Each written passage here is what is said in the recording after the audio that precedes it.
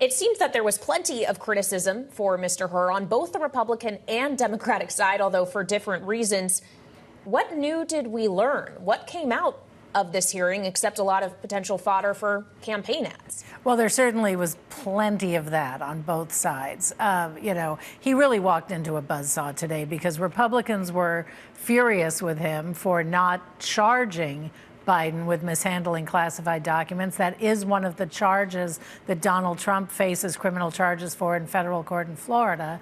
And the Democrats were furious with him for putting in such stark relief this fear that Democrats have and that polls show that voters are concerned with Biden's age. So when he said a sympathetic, well-meaning elderly man with memory problems, that exploded all over Washington. And polls did show, including our own Bloomberg News poll with Morning Consult, that a vast majority of voters are concerned about that. So he really walked into a buzzsaw. A buzzsaw, Jack Fitzpatrick, good way of describing this here. But if Republicans didn't get the narrative they wanted today, they lost the primary witness in the president's impeachment trial, the so-called whistleblower. The Hunter Biden investigation has not turned up a smoking gun. Do we look back on today as essentially the end of the impeachment effort?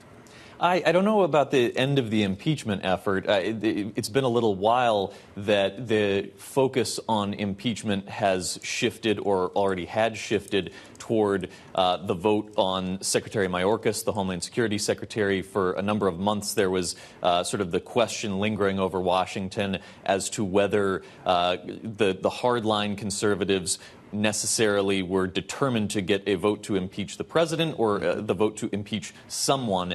So it's been a pretty slow-moving train in terms of the impeachment front and what kind of political itch that scratches. This might be a significant day with regard to that, but I think we have been measuring this over a matter of months, really. Yeah. Well, we talk about this effort being slow-moving. Another effort currently underway in the House has actually been pretty quickly moving.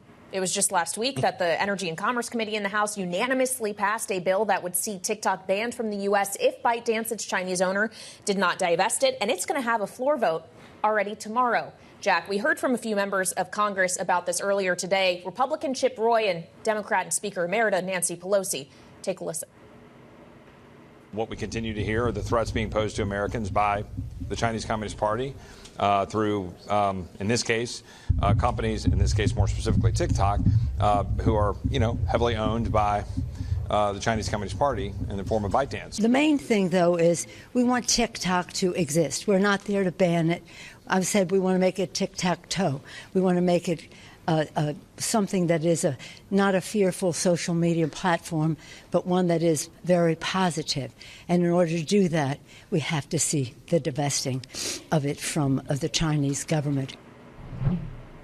So I don't know if we should start calling this the tic-tac-toe bill, Jack, but it seems likely it's going to pass in the House, right? The Senate is just a very different question. Yeah, the House, it was a 50-0 vote in committee. That's almost a fourth of the votes you need to pass it in the House. You see some strange political bedfellows there when you hear similar sentiments from Nancy Pelosi and Chip Roy. I think the no votes will also be really interesting. We've heard opposition from Maxwell Frost, the Democrat who's the first Gen Z member of Congress, as well as Thomas Massie, sort of the libertarian-minded Republican. So it's going to be an interesting vote to watch, but the momentum definitely is very clearly in favor of the bill. And as our colleagues have reported, the lobbying focus has shifted toward the Senate. That may be a bit of a sign of desperation. Again, a 50-0 vote with a lot of bipartisan interest in the House is a significant movement, and I think they have no choice but to focus their lobbying efforts in the Senate because the House is about to vote tomorrow. But Wendy, isn't Donald Trump in charge of Capitol Hill? Is that how this whole thing ends? We've been reporting on his evolution on TikTok. He's got friends who are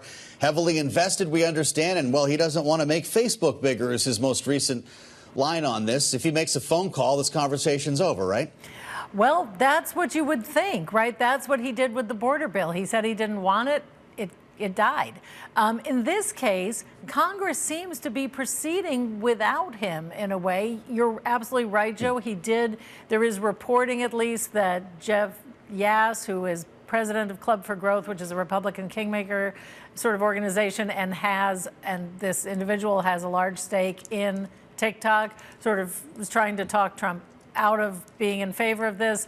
You know, he may be going for the youth vote. He's afraid of Zuckerberg, the president or CEO of Facebook, getting any boost from it. But in this case, strangely, Republicans in the House and the Senate are sort of saying, no, let's make sure this TikTok divestiture happens. So it's if Donald Trump can't manipulate this one, it'll be a first. Well, as we think about Republicans in the House, it's worth noting that their numbers are about to get smaller because Jack, today, Congressman Ken Buck, the Republican from Colorado, who had already said he wasn't going to run for re-election, announced he's not even waiting until November. He is out of Congress at the end of next week. March 22nd will be his last day. And that GOP majority shrinks to almost an indiscernible amount. We're talking, what, 2 votes? Two-vote margin that Mike Johnson is going to have to work with going forward? At this point, as of next Friday, which coincidentally is the deadline to fund the government, so hopefully they don't mess up a vote on that, it will be 218 to 213. So it doesn't actually change the number of votes they can lose. It's still 2 votes. You still have a majority. 3 you don't. But it's 1 less Republican. So if there are tricky votes where it's a bit less predictable, maybe if we're talking about the discharge petition to bring up the foreign aid bill, it's just tougher for Republican leadership to manage it. By the way, there's a special election at the end of April to replace the Democrat Brian Higgins from New York, likely to be replaced by another Democrat. That would appear to, at least temporarily, take it down to a 1-vote majority for Republicans. So it is absolutely razor thin.